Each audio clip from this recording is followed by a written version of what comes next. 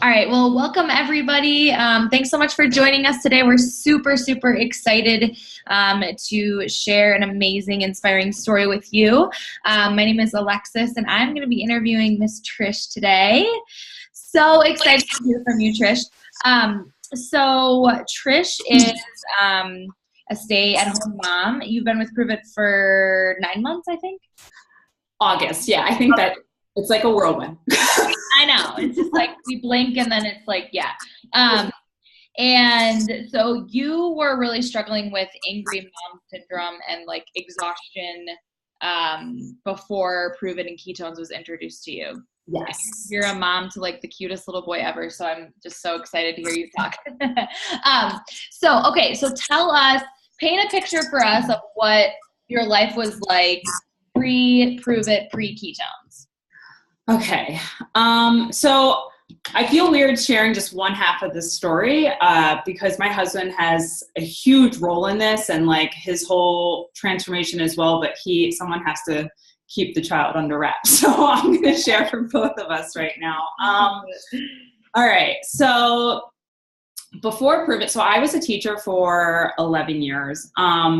And I always suffered, I feel like even before that in high school, like I always suffered from that mentality of like always trying to fit in, right? Like just doing what I can do to just fit in and never like stand out. I like was just mediocre, right? Like that was it. Like I was just like living this mediocre life. And after I had Griffin, who is going to be 4 next month, I decided to stay home and be like a stay-at-home mom. And I kind of fell into doing some other work from home business at the time. And, you know, things kind of were all over the place. So I was already in the state of being exhausted, right? Like you have this picture in your mind of what you're going to be like as a stay-at-home mom. And when they get here and things start happening and going down, it's so drastically different than what you thought. I had suffered from postpartum depression, and after about a year, I was able to come off the medications for a little bit.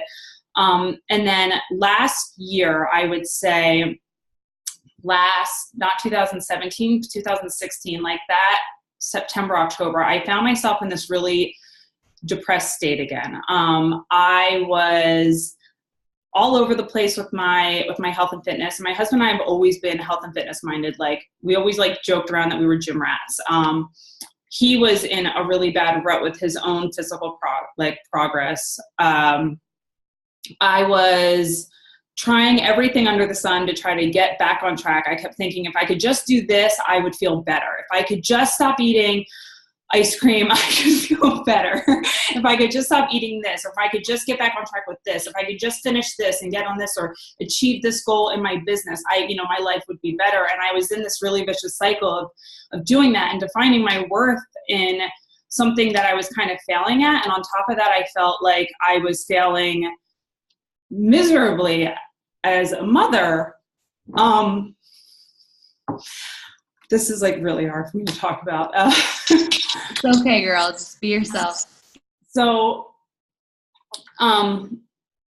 spring of last year, my husband and I were in a really bad place totally with everything. He was working a job that he hated. He was, part owner of a company, but he was depressed and he was sleeping all the time. And when he wasn't sleeping, he was working. And when he wasn't working and he wasn't sleeping for like whatever time we had of him, he wasn't present. He was living off of like I'm not kidding guys, like 6 venti Starbucks every single day. Like we saved all of our bank statements because of it. Like we were like, this is like a testament. 6 venti Starbucks every day. We were fighting all the time. I was exhausted. I felt like I couldn't control my 2-year-old and that I wasn't even enjoying him. And I'm not saying that like life as a mother is like the easiest cakewalk. I get we all struggle from it, but like I wasn't present. I was exhausted. I was annoyed. I felt like he was an inconvenience sometime, and I chose to be a stay-at-home mom. And I had these thoughts like, I could be doing something different. I could be doing something that makes me happy. And I found myself like always putting him in timeout, always like having these like thoughts of like, well, if I just went back to work, it might be like, it's easier to go back to work than it is to be here with him. I was crying all the time. By the time my husband came in, Travis, when he got home from work, it was like, I just wanted to push him off, right? Like I was just like, just take him. Like I wasn't cooking dinner because I couldn't even stand the thought of like sitting down to dinner with both of them, because one was miserable and the other one was grumpy. And I was like, I'm too tired to even cook dinner. And so Travis and I were fighting a lot, because I was tired and annoyed, and he was working and tired and annoyed, and I was trying my hardest to provide an extra income. I kept saying, like, if I could just save him and bring him home from his job, life would be different, right? Like, and it was bad. I spent more time crying every single night, and I would lay in bed and I would just every day know that like I was failing him, and like I was supposed to be the person that was like the light in the house, and I was the darkness, and it sucked. And so I started looking into getting back on my antidepressants, and we talked about it a lot, and I thought this might be it. Like I just might have to be living off of these forever. And it was bad. It was really bad, of like June of last year. Sorry. Girl, no, you got the waterworks going here. I mean, I'm not even a mom, and I can just like feel you like through the computer. But I think it's so important. Well, first of all, like, thank you for being so like real and transparent, because I know this stuff isn't hard to talk about, but it's also like, think of how many people out there every day are going through this, you know, like, and I think that it just makes it that much more special that you're willing to talk about it, because there's so many people that are trapped and feeling the same way that you were, you know? So, okay. So tell us like how kind of ketones were introduced into your life, or prove it. And like, tell us what ketones have done for you. Like, what has the product done for you and Travis? Because I know it's affected him a lot too. So Easter last year, I did like a 21-day cleanse at one point. I was doing like 3-day cleanses, like and I would fail every one of them by like day 1 or 2. And I was like, I keep gaining and losing the same weight. We, like I said, like we've always been like very health and fitness, you know, focused. And we have been like meal prepping and eating the same chicken and broccoli for like, I'm not kidding, guys, like 12 years. Like it's like the same thing. And we were already paleo-esque just because we watched some documentary like before Griff was born, and then Griff ended up having a gluten intolerance. And so we were already like pulling gluten out, and we were trying to figure out what to do and whatever. So I had heard about keto through some friends, and we started following, you know, I brought it up to Travis, and I was like, listen about keto. And I like explained the foods, and he was like, done. If I can have bacon, like real bacon, and not eat turkey bacon anymore, Trish, like I'm all about it. And so we were like, all right, we're going in. So we ended up doing keto, and we had good results, right? Like that first week I felt good, and you know, whatever. But because I removed all carbs, and I had been bloated from months and months of like the cycle. But getting into ketosis, we were struggling with, right? Like we were able to kind of do it naturally, but like any slip up we had, and I mean a slip up of having like guacamole, we were like, the onions put us over the carbs because of the guacamole. And we were like, what the heck? And so like I didn't want to track my life away. And so we kind of went up and down with that, with going like following a keto diet, falling off, following keto diet, falling off, following keto, like all summer long, right? And finally, and I ended up gaining weight, because like if you're like following keto like all day, and then at night you're like, well, I'm just gonna slip up and have some carbs, you're like, your body's like, what's going on? And you end up gaining weight. And so I started gaining weight, and things were, like I said, last June, the end of June, things were rough. And I had known a friend that was doing ketones and stuff, and Travis came home one day and he was listening in on a Joe Rogan podcast where they talked about exogenous ketones. And he brought it up and he's like, I want to do it. And I was like, well, I know somebody I think I could hook you up with. I felt like it was like a drug deal. But like, I was like, I know somebody. And so he got started with the 10-day. I didn't want to do it. I felt like, I was like, it's stupid. Like, it's not my jam. It's everything I go against. Because I really didn't want to like it. I didn't want to like what the product was. I heard, you know, all these things. And so he got his 10-day and he started up on it. And by day 5 for him, I was like, who are you?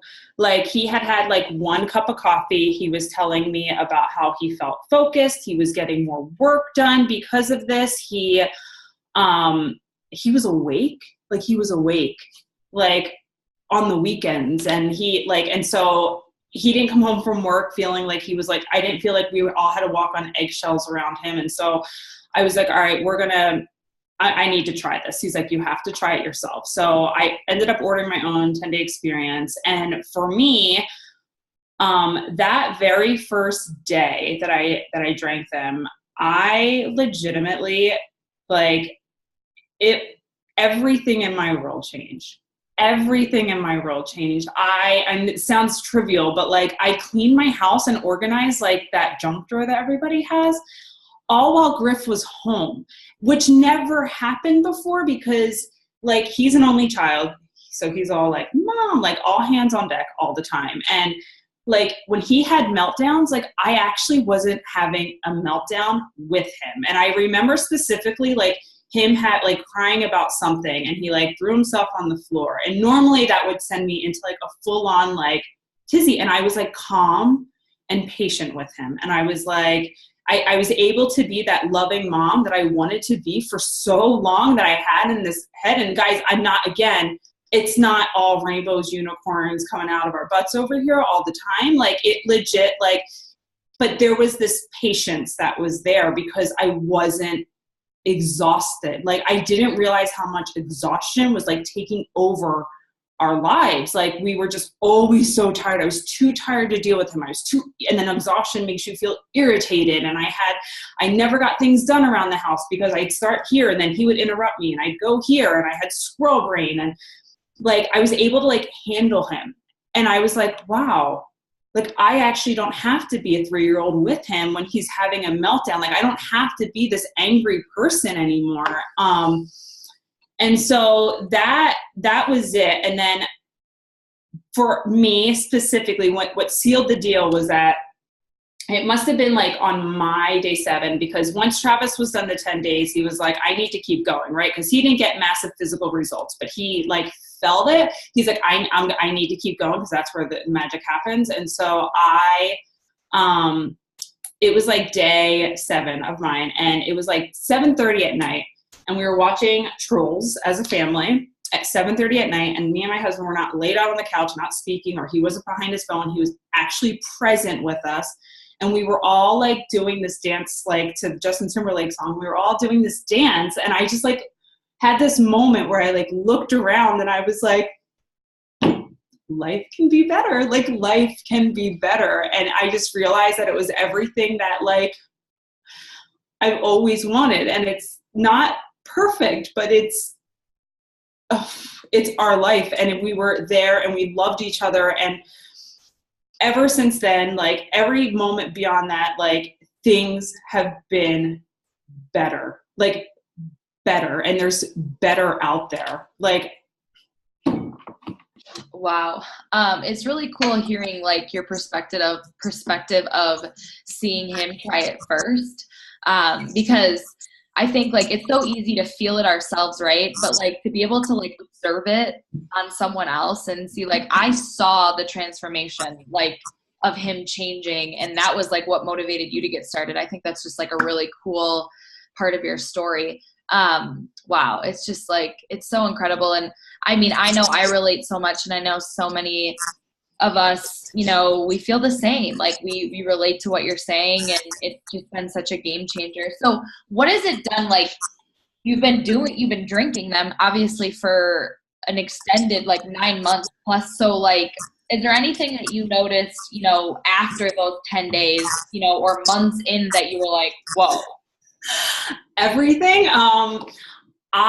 You know, like after those 10 days, like I was able to lose, you know, I actually didn't lose like any weight my first 10 days. Like it was mostly like bloat.